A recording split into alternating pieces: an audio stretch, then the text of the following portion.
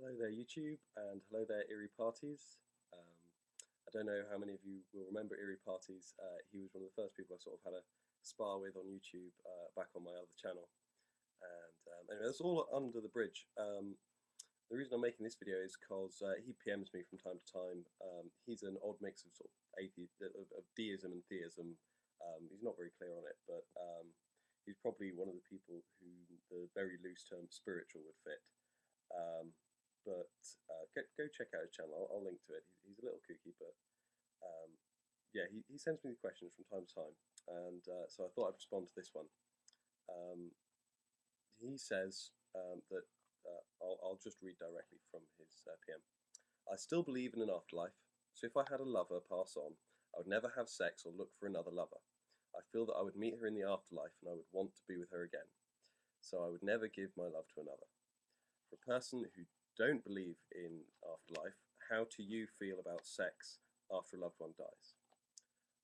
Which is quite an interesting question and quite an interesting point, because you'd think actually, yeah, that's a fairly good point. For the religions that do believe in an afterlife, why do they get married if they become widowed? Why do they get married again?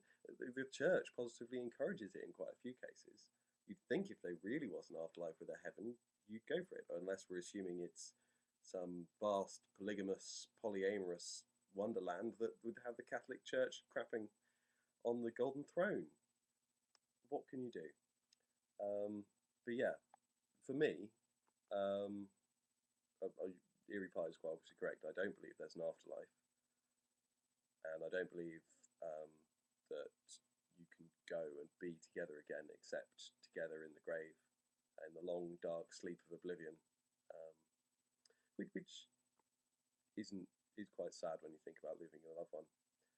But I would think about it from the perspective of being the one who dies. Obviously, once you're dead, you don't think, but if I were to die, I wouldn't want my partner to waste away without me, if you see what I mean. That would be quite narcissistic almost, to want their love to be a monument to me. I'd want them to be happy. Um, there's a man I know, his wife died 10 years ago, and he's still utterly heartbroken. Because I'm not sure that love is something you can really control. Love is brain chemistry, and for him, she was such a big part of his life. When she died, most of him died too. Um, but I'm sure if she'd lived, she wouldn't want him to be the way he is now, which is utterly heartbroken still. She'd much rather see him happy, which is what I think I would want as well. So when it comes down to it, I think that it's a good thing.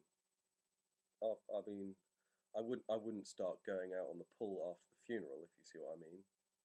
But um, I think people should be happy, and if falling in love again makes them happy, that's a good thing. I don't think healthy relationships are ever a bad thing because of, certainly not because of a past loss. I do recall there's one chap in the Victorian days who actually left in his will that his wife would only get a large sum of money if she got married within a year of his death, because he wanted there to at least be one person every year on the anniversary of his death he'd look back and think on him fondly, which I thought was quite sweet, really.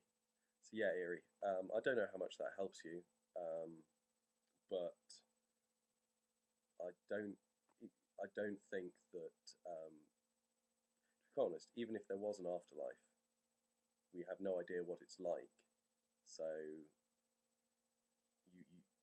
I don't know that even if I died and was up there watching down and going, oh no, there is an afterlife, I was absolutely wrong. I don't think I'd be pissed off if my wife then got married again, because however long it would take for her to die and reach me up here, that's, you know,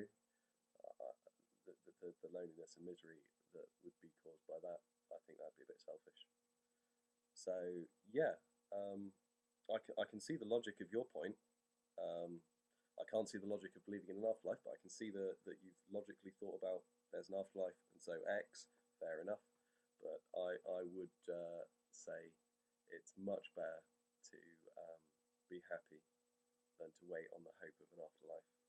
And I would say that I would much rather my spouse be happy after I was dead than they wait for me, even if it was true. So thanks very much, YouTube. I hope you enjoyed that little ramble, and thank you very much to Tattooskin72, a linked his channel as well, because he's utterly awesome. He just gave me a shout out, so thank you very much. And I'll see you all around. I will try and do a beer review soon.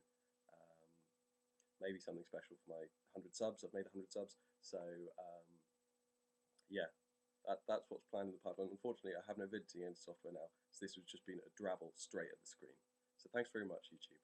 Bye.